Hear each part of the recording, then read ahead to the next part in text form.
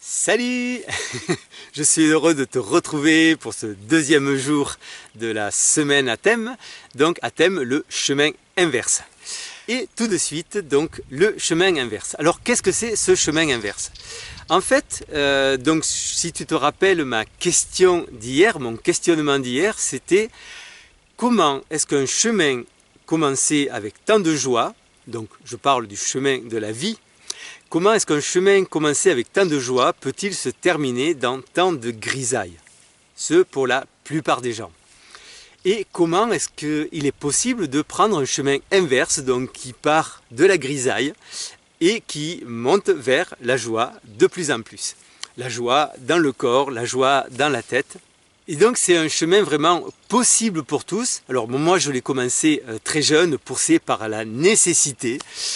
Mais il est possible à tout moment. À partir du moment où tu constates que la grisaille commence à s'installer dans ta vie, dans ton corps, que ça devient pesant, tu peux choisir d'inverser le chemin et de retrouver plus de souplesse, plus de fluidité dans tes mouvements, dans ta vie et dans ton quotidien, plus de joie, que aller vers un quotidien qui pétille. Oui, c'est possible. On va voir tout ça. Donc pour moi, ça a commencé par un immense ras-le-bol. J'avais 12 ans, j'avais déjà eu 5 opérations avec anesthésie totale.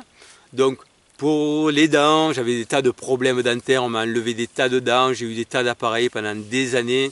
Ce qui fait qu'à 12 ans, j'avais toutes les dents cariées parce que j'avais des appareils avec des bagues, je ne pouvais pas vraiment me laver les dents.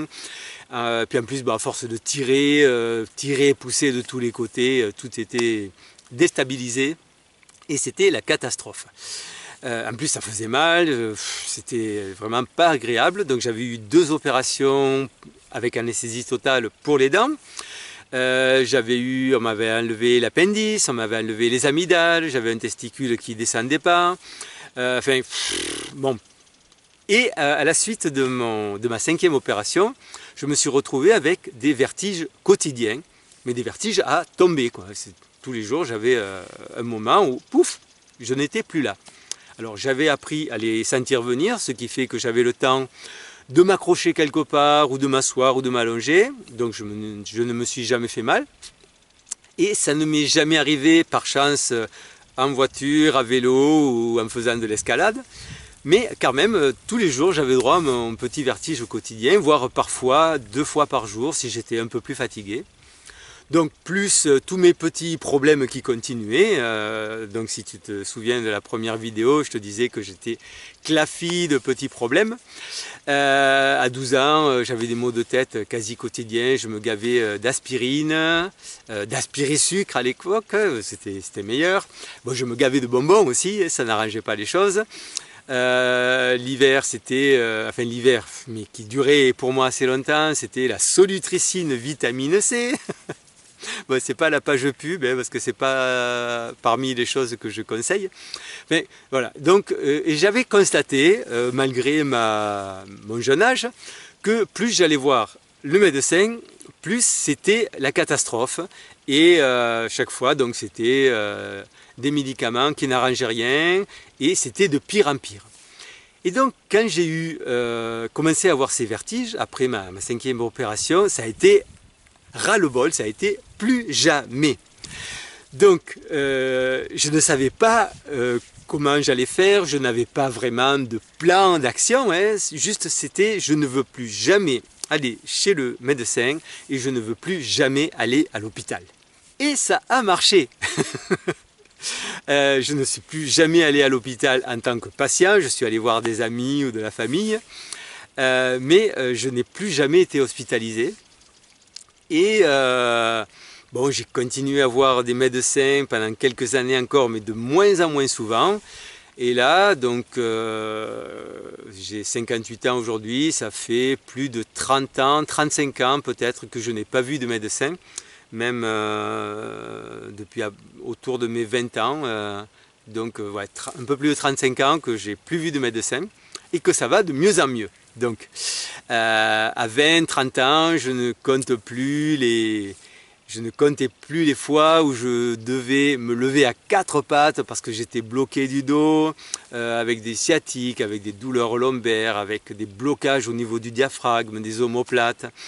Voilà, plus tous les petits trucs qui continuaient, enfin, qui ont commencé à s'améliorer au fil des années, au fur et à mesure que j'améliorais mon mode de vie, mon alimentation aussi, et puis ma posture, comment ça se passait de mieux en mieux dans ma tête.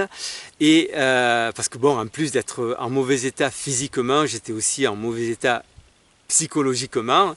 J'étais pas autiste, mais quand même, j'en tenais une bonne couche très renfermée. Et voilà, donc j'ai suivi ce chemin un peu au début à l'aveuglette. C'était dans le brouillard, j'ai cherché des solutions, puis j'ai découvert des techniques, j'ai rencontré des livres, j'ai rencontré des gens petit à petit. Bon, au début, ça n'a pas été facile, car il y a 40 ans, puisque j'ai commencé ce chemin maintenant il y a un peu plus de 40 ans. Il n'y avait pas internet, il n'y avait pas les salons de bien-être, dans mon environnement, dans mon entourage, c'était complètement inconnu ce chapitre-là. Donc j'ai cherché par moi-même et puis j'ai trouvé des trucs et puis ça marche plutôt bien, ça marche en tout cas pas plus mal que prendre des antibiotiques ou autre chose, et j'ai continué. Donc c'est ce chemin que je partage et que j'ai envie de te dire oui, tu peux le prendre toi aussi, il est à la portée de tous.